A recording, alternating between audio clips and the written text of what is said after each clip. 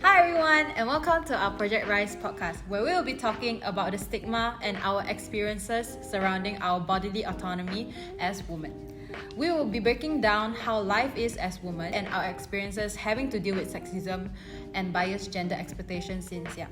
I'm your moderator today, Juan, and here with me I have 4 other amazing women. Please introduce yourself. Hi, I'm Adora. I'm Alicia. Hi, I'm Zini. I'm Ashley. Yay! Thank you for joining us. Okay, so let's begin to get the ball rolling. I'll give you all a question. So as girls, we're all girls here, what were the expectations that were put on us since we were a kid? Okay, so for me, right, I grew up in a very traditional Indian conservative household. So my family, all the values that we have, the traditions, the practices were all very gendered.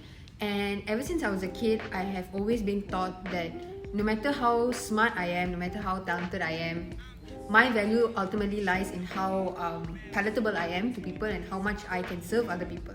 So, as a kid, there's always been like these double standards right? Like, like the girls have to clean, cook, blah, blah, blah. The guys, they can just exist. They don't have to do anything. Yeah, so at least that was how it was for my family. So, on top of that, like, even though I found that to be, not right, I couldn't really talk much about it because then they will call me rude, then I'll be rude, I'll be, impolite. Also, during family gatherings and all that, like, this is something that I've always found that unjust. Because like every time it's always the girls who have to go in the extra mile, putting in so much effort into everything that happens during the gathering. They have to serve the men, and then at the end of the day, the men get to just eat, have fun, and they do what, and they just leave the place like that. And yeah, it's always been, even between us cousins, like the male cousins are the ones who are always like chilling, but like us female cousins, we have to work so hard. I feel the same way too. Like for me, like growing up, I was always told like little girls should be seen and not heard. And so like I feel like ever since, when I was a kid, at first, like before you're maybe 7, if you're talkative and stuff, then everyone's like, oh, you're so cute. But as soon as you hit like a certain age, everyone expects you to just sit still and just be like a quiet little nice girl. Going back to like family reunions and stuff, I feel like in a big group setting, it's always the uncles and like my brother and my cousin and my dad who's always the one steering the conversation. And like if ever I want to speak up, my mom would be like, hey, quiet lah, let the big guys talk about it and stuff like that. And so I feel like as like little girls, as long as we keep like being taught that, it's very hard to break out of that cycle. And like even like I read this like one study that said like parents tend to be very important in children's development, but like parents also generally tend to teach their sons to be more confident and outspoken compared to girls who they teach to be more passive and submissive. And so I think that's like a bit scary to think about, that we had to grow up that way. In my family, like the men of the family are usually more like looked up towards, respected compared to the women. And like what you said, I've always been like asked to keep quiet, shut down, be more subdued and all that. So I feel like this has continued even up till I've grown up now. Like even up to today, whenever it might sound weird, but like I have like this huge fear of male authority. Like I find it very difficult to talk to older guys because I feel like they will treat me the way the older men in my family treat me. I also tend to people please a lot, especially within family settings. I don't defend myself when I have been wronged. I used to be really like tomboyish, really like I don't care about how I look and all that. And I also had really bad acne. And like at the time, I think when I was 12, one of my uncles, like during a family gathering, he basically called me and he looked at me and he pointed at my face like that, and he was like, oh, you should not only have brains, you need to have both beauty and brains. So basically he was calling me ugly in front of everyone, and I was wronged. I felt so angry, but I couldn't like speak up for myself because I know that if I speak up, they're not going to side with me, even though he's the one who cari pasal with me. But like even my own parents didn't speak up for me. But and the worst part was like when I was going back in the car, my mom was scolding me. She was like, I told you already to take care of the way you look and all that, like you study so hard also, there's no point because like you don't know how to take care of yourself. That's what they told me. And I feel like it's not fair lah, you know, because like as girls, right, there's so much unrealistic expectations set upon you. Like you have to be pretty, you have to be smart, you have to be likable, you have to be nice, you have to be good at this, good at that. But you know, I don't see these kind of standards being set for men or for boys. And also like if you fail even in one of these aspects, then you're ultimately a failure, and you know, nobody will like you. I definitely agree with that. In a way, I feel that the societal expectations towards females have not changed that much. True that there has been more career opportunities for women and women awareness and all that, but I feel that the perception of how a woman should be and how a woman should behave has basically not changed much. I had a similar experience with yours. It was during Chinese New Year when basically all my relatives gathered and everything, and right at the table I basically made sure that I had to act feminine and I had to be, you know, likable and more modest so that people will see me as how a woman should be. I feel like I was always afraid of being judged by them, especially towards my relatives, because of how like the standards of how a woman should be and how girls should only play like games like Barbie or Disney princesses, or like having interests like baking or makeup instead of like sports or gaming. So I feel like all these are societal perceptions of women, and I feel that although we live in a modern society, these conceptions are still lingering in the minds of some people, and it becomes hard for many women, especially for teenage girls, to live up to that expectation. I agree to all of what you all say. It's very relatable to me also, and it's very sad because these are all pushed upon us by those we count closest to us. It's like by our families. So it's like very sad because we grow up with our family shape who we are, and it feels like even before we can really know and grow to come to like understand who we are as a person, we are already like pushed to be something. As girls, you must be this, you must be that, before we even know ourselves. So even though we are living in a very progressive world today where like there's so many other things being brought to awareness, but until today we're still talking about gender equality, being a woman in the world today. Society controls so much of what we do and how we are as girls, and it also controls the fact like our virginity are also being controlled. You know, like there's such a double standard in virginity like towards girls and guys. So when like a girl lose their virginity, it's like they are counted as like being used. They're already used, and like they are soiled, dirty, and it's like once you lose your virginity, like no one would want you. You only can lose your virginity after you get married, then only have sex. Then if you gonna rape, that's too bad for you. You were in the wrong place at the wrong time. That's what people say, and it's so sad to think that, because like I'm pretty sure those getting raped didn't ask to get raped. Wherever you go, I'm pretty sure it's a public place. Everyone is able to go, but the act of being raped is not like you can control being raped or not. And it's so sad that the consequences and the blame is always put on the girls. Oh, maybe you're wearing very revealing clothes. Maybe you're acting a certain way to a guy. Maybe you're showing wrong hints to a guy. I don't think that's a way to justify being raped. Yeah. So all this also ties into like the conduct of women. Where you should go, what you should wear, when you should be wherever you are, or what you can do. Yeah. Like what you said earlier, like the same goes to the conduct of women regarding on how we should wear and how we should behave. And there's something that I always don't understand. Why are men allowed to wear their clothes freely and women are not? Basically like the complete opposite. I feel like as a woman we have to consider to so many factors when we are going out or when we are like, you know, trying to go to one place publicly. And this is especially in terms of how we dress in order for safety measures, depending on the location. My mom will always tell me, Aga, you're going to college sitting LRT. Why are you wearing short skirt, short pants? Why are you wearing sleeveless? You're not supposed to wear that to the LRT. Then I'm just like, huh? But I always wear this. Then she'll be like, you're not sitting car, you're sitting LRT. LRT are dangerous for girls. Then I'll be like, huh? Then she'll be like, you wear until so nice, confirm the malat low, confirm she can sit next to you one. Then I'm just like, ayo. And then if you don't know what's malat low is basically like pervert guys who like touched you sexually. And honestly, I don't blame her for saying these kind of statement, because it's actually like the saddest truth. Like, it's honestly like the truth for girls, because I have many experiences where I encountered malat lows, like in the LRT or wherever I go, and the fact that I encountered them is honestly scary and also very terrifying for me. The fact that I have to change to a more appropriate clothes and to make me feel more safe in the place of society just shows how it is for a woman, that it's just so sad that there's no freedom regarding that.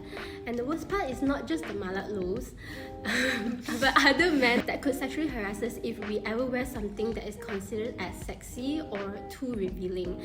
And that leads to my second point. Why, like, women that are wearing clothes that are considered as revealing, considered as asking for it, are basically being actually harassed, but then we were never asking for it, you know. And there are actually so many cases regarding this issue, especially at night, and especially when we go out to like bars. And I feel like, why is this so wrong when women wear what they like and what they want to feel confident and for herself, but then not for men who sexually touched us and sexually harass us? Why is it not wrong for that? You know, so why are people blaming us for wearing the clothes that we like? It's very obvious who is in the wrong here, and we need to understand that as a society, that there's nothing wrong with women having the freedom to wear what we want. And it's not us that needs to change the way we dress, but also is the men's mindset, and also basically the respect towards the woman's body and women's rights. That's one of the most important things. Yeah, I definitely agree with you on like how we dress. Because like there was one, speaking from personal experience, there was one I was on my way to work on the LRT. I wasn't wearing anything revealing or what, it was just t-shirt, long pants, you know. But there was this guy who sat across me, suddenly whipped his phone up, then suddenly I was like falling asleep halfway there, like half dead. Suddenly got one big flash there. Yeah, then it's like, I don't know if I was dreaming, whether he took the picture or not. So I'm like, the whole train ride I was like thinking there, like, oh, did he actually take the picture or did he not? And no one, the train was full, by the way. It was like a working day, so you know the train is always full. Yeah, so no one said anything, and it was really weird. And to think about like a random stranger having a picture of you is really, really creepy. So yeah, I wouldn't say like what we wear is actually the problem, because like even because like even if we don't wear sexy clothing, revealing clothing, we still get the same treatment. Yeah. Speaking of like nightclubs and stuff, girls get ready and look good, dress nicely, just to, you know, look good for themselves, be confident, feel pretty, you know, all that. Yeah, but then when guys go to clubs, it's fine, because like they're guys. You know, I can go there for a few drinks, a smoke, whatever. But when girls go, why you want to go these kind of places? You know, there are so many guys there. You don't know what they will do to your drink. You don't know what they will do to you. It's so dangerous for you. Clubs are a place for like both genders, every gender. Everyone. Yeah, it's for everyone. It's open. But why is it considered a dangerous place for girls only? Recently, I went to a club. So there was this dude, he was just going up to random girls and like literally grinding on them. It was so weird. Yeah, we had to drag girls everywhere. It was disgusting. And then suddenly he was like just kissing this girl, and we didn't know like if the girl actually wanted it. And the girl actually reached out and actually grabbed my hand. But then my friend was scared, so he grabbed my hand away. So reach out for help. Yeah. Then in the end we realized, and we finally dragged her away, and it felt so bad because like she was getting force kissed. And it's so sad that, you know, girls have to go to all these places and just to have fun, but at the same time we have to worry about all these things, and we are constantly always on the lookout. It's a good thing that we are looking out for other girls, but at the same time, why do we have to do this? Why are we forced to do it? You know, it's like we have no choice but to worry and yeah. We're expected to jaga the purity of ourselves as well as the guys. Like, it feels like besides just being treated as objects of desire, we're also expected to be like the caretakers of men and ourselves. Like, instead of just being like, oh, I can wear whatever I want because I want, instead we're supposed to think, oh, do I need to wear this in order for a guy not to look at me? Like, okay, you know, like how the sexual harassment bill has just been passed. Like, even before it was passed, I feel like there was a lot of like political leaders and religious leaders that were very vocal against the bill. They were saying like, oh no, women should be careful of what they wear or of what they do because they can lead these men into temptation and whatnot.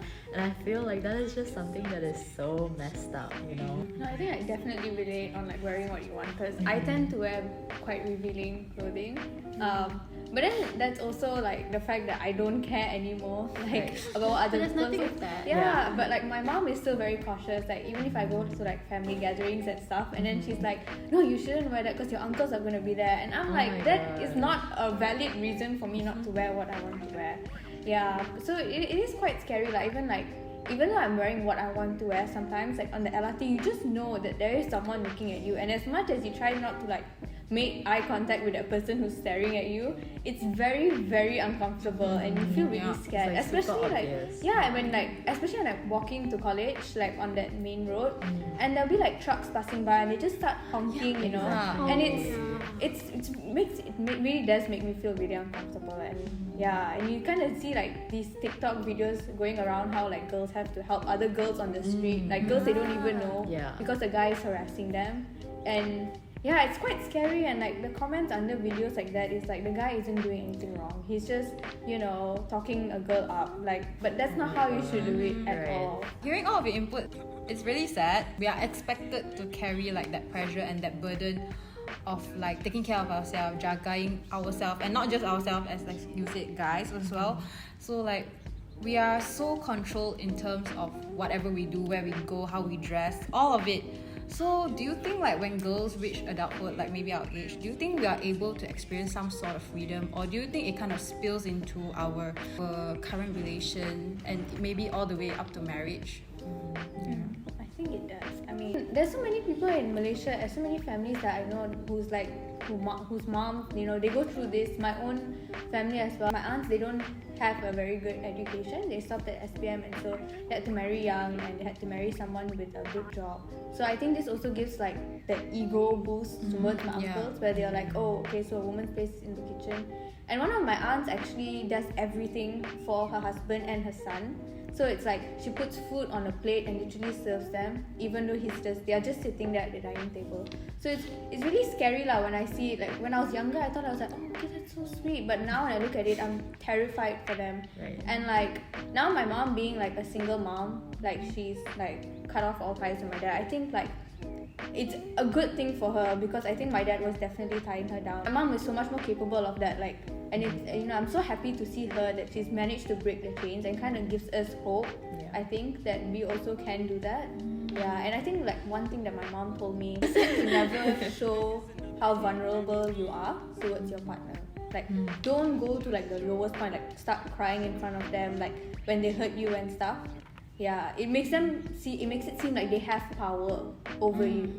I agree with what you say, and like I feel like even my family is also quite similar to yours in terms like it's very traditional, because like even my mom, like she's the woman of the house, right? So and she's expected to like keep everything going, keep the family functioning. You need to clean, you know, you have to prepare food to make sure everyone gets a meal. You have to wash clothes so that we have our clothes to wear, you know, all these kind of things. It's like she's just forced to do all this because she is a mother or she is a wife.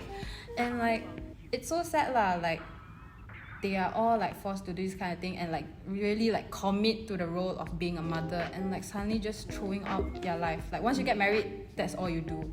You're a wife, you're a mom, so you stay home, you do all this. Even nowadays, there's a lot of cases of abuse in marriages, and it's pretty sad. So I was reading an article about abuse and poverty. In the article, it states that they kind of go hand in hand. Like poverty isn't the cause of abuse, but it definitely like plays a role in abuse. So and there are so many women being trapped in like abusive marriages. Our system now don't really give enough support for women, and instead society would just say like, oh, who are you without your husband? Can't you are just at home doing all these? It's very easy, right? Your life very easy. You just clean clothes, you just make dishes. Whereas your husband out there doing all the work, getting money for you. What will you be without him? Or at the end of the day, they'll just be like, hey, he's still your husband, but you cannot leave him. Or like you already have children. how are you going to live your family like that? You know, it's like in the end it all becomes of everyone else except the woman herself, and she isn't able to make herself an option even. So it's like it's very hard to leave all these kind of situations. Yeah, and even in the article it stated that there was this one woman, she couldn't leave her abusive like marriage just because she literally had nothing. If she were to leave, she couldn't be able to survive. She won't have enough money to find food. There's no shelter for her. I feel like it's so sad that woman who actually wants a life and actually like they want to make a decision for themselves, but they are really forced into all these kind of situations like this. I feel like it's sadder when, you know, the woman has basically given up and has come to terms with the fact that, oh, this is the life for me. Because I see this in my family. So my mom goes through all of that. So with my mom, she's a housewife and she's financially dependent on my father. No one needs to tell her this, but she herself knows that without my father, she's nothing. It's difficult for her to survive outside. It's difficult for her to do the things that she wants to do. And as sad as it sounds, people do take advantage of that. Last year, my grandmother, she has been bedridden for like 5+ years. Up till last year she passed away. So that grandmother is my mom's mom. So my father's parents, both of them also fell ill last year. Once my father's parents got sick, right, everybody in the family literally expected my mom to be the caretaker for them also, alongside taking care of her own mom. Why? Because she's a housewife and she's the wife to the eldest son in the family. My mom was actually willing to take up the role. And then I look at her, I was like, you serious? Like, you yourself cannot, she can't take care of herself. She has to take care of everyone around her. And she also has to take care of my younger sister, who's, at the time she was 11. How is she going to survive lah? Like, then she's going to just slave her entire life away for everyone around her. Then when she like stood up for herself, everyone was basically, you know, acting like she's some isteri dahaka or something like that. And yeah, like it's horrible lah, like, you know, and it kind of freaks me out. And this is what we think that marriage should be. That shouldn't be, it shouldn't be like that. Yeah. So running on that note, right, do you think our system is doing a good job in providing support and upholding a woman's bodily autonomy? Oh my goodness, definitely not. I feel like Malaysia's legal system is completely against women. But that's just my point of view. Okay, for example, marital rape, like in Malaysia's legal system, I think like in the penal code or something, it doesn't really recognize marital rape as a form of offense, basically. According to the Malaysian law, if you are married, a husband can do whatever it is that he wants to a wife, and it's completely fine. Even like outside of marriage, so like let's talk about healthcare. For example, with like pap smears. Pap smears are like the easiest way to know about cervical cancer, but in Malaysia, even though it's not like legally enforced, like there's a huge stigma surrounding like women who are not married getting pap smears, and that's actually so dangerous because cervical cancer is actually one of like the leading causes of death for Malaysian women. That is just like one thing of exactly how dangerous Malaysian law can be for women. You know what I mean? I definitely agree with that. I mean, there's this whole like debate going on Twitter about like the Malaysian laws towards women's rights and like, you know, pap smears and abortions as well. I mean, it is legal in Malaysia, but to an extent. Like, if a doctor doesn't want to carry out the procedure, the doctor has the right to say no. And I think it doesn't even make sense, because what if a 9-year-old girl or like a 12-year-old girl comes in, you know, who was like raped, and you know she wants to get an abortion, and the doctor says no, I'm not comfortable with it, and so I'm not going to carry it out. And it really doesn't make sense. It's so mind-boggling to think that there are people out there who are trying to deny the rights of a woman, of a young child even, you know. Right. So like, are you telling me like the girl is supposed to go around 9 months carrying a child in her? And I think like it's not fair towards the women. You know, it's their right and it's their choice to have the abortion. You know, it's what they want, you know, not what the doctor wants. We're not performing the abortion on the doctor is performing the abortion, you know, on us. Exactly. So yeah, it's really unfair. Like the older generation especially, they make it seem like it's fine, like it's normal, like the doctor has the right to say no. But you know, it doesn't make sense. It really doesn't make sense. It doesn't really seem fair to the woman. Yeah, it's like more normal for the doctor to say no compared to the woman. Even like abortion aside, like let's talk about like contraception for women who are married or not and who are just maybe they don't want to have children or are unable to have children. Children are not their plans. Having contraceptive operations is super hard in Malaysia. For example, like let's say like tubal ligations and like removal of like your ovaries and stuff like that. You can't get all of those without consent of your husband. If you want to get those, you need your husband to like sign in order for you to get that operation. And that's so scary because it is your own body and your own health, and it's not your husband that's giving birth, it's you. But instead it's up to the husband on whether or not you're able to take care of your body. If men want to get vasectomies, they don't need to get consent from their wives. They don't need to ask, oh, hey, are you okay if I do that? They can just do it themselves. So why are women being denied that exact same right, even though it's just the same thing? It feels like women are just made to be either objects of people's desire, or instead to be these like baby making machines, and that's just so messed up. It's really sad lah, because even though our systems, it's legal basically to get contraceptions or ligations and all that, but because of this immense stigma that is within our society, it's so hard for girls or women to step forward and ask for what is supposed to be their right. And because of that, it doesn't only affect them, it affects everyone in society, especially those who are underprivileged, because I feel like all this kind of stigma eventually, it doesn't really affect richer people. I mean, I'm trying not to be insensitive, but rich people have the way around things. It always affects those of underprivileged communities. Like then things like baby dumping and all that happens. And then when that happens, they continue to blame the woman. Oh, who asked you to go and sleep with the man if you know that you don't want to have children?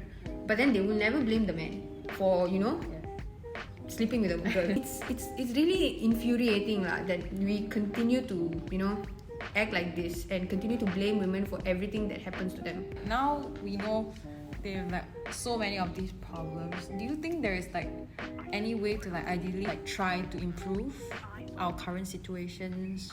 Yeah, I feel like only 3 words: hold men accountable. I feel like families, especially their fathers or like their parents, must teach their sons to be better people and to obviously respect women. I feel like fathers must show a good example to their sons and make sure that they treat the women around them right so that their sons knows better. And always remember that women or your wives are not slaves. They are also human. Instead of treating women as mere objects that they can order around or mistreat, they have to start viewing women as equals, start taking up more feminine roles at home instead of segregating the roles between based on gender, and also stop victim blaming behaviors towards women, calling out men who disrespect victims of sexual violence or domestic violence. The education system in Malaysia should also enforce the study of gender equality and women's rights as a compulsory subject. This is really important because children get to learn this at an early stage and what they can do and what they can't do of action towards women in society. So I feel like that's really important. That is basically like in terms of like society and structures and all within social structures lah basically. But like I also feel like that will take a very long time because Malaysia very patriarchal also. Yeah, we are just sexist like that. But yeah, so it's also up to the government to set the standard, say that this is how women should be treated. One of the ways we can do that is by basically having more gender responsive policies and budgets, taking into the account the struggles of minority genders, and in this case women, I guess, and then coming up with policies that are based on that. So like for example, like the one Adora mentioned just now, the anti-sexual harassment bill, like although it's not that perfect, it does set a very great precedent for society and also our systems to continue upholding the autonomy of women within all spaces in Malaysia. For like structural issues, right, like for example the burden of unpaid care, and like so like for housewives and all that, having like more accessible and more subsidized like childcare services or caretaking services, or also having husbands provide EPF and also SOPSO for their housewives, for for their wives to stay at home and take care of their families, that is also very important because it also helps to empower women and also protect women from any form of like abuse, including financial abuse.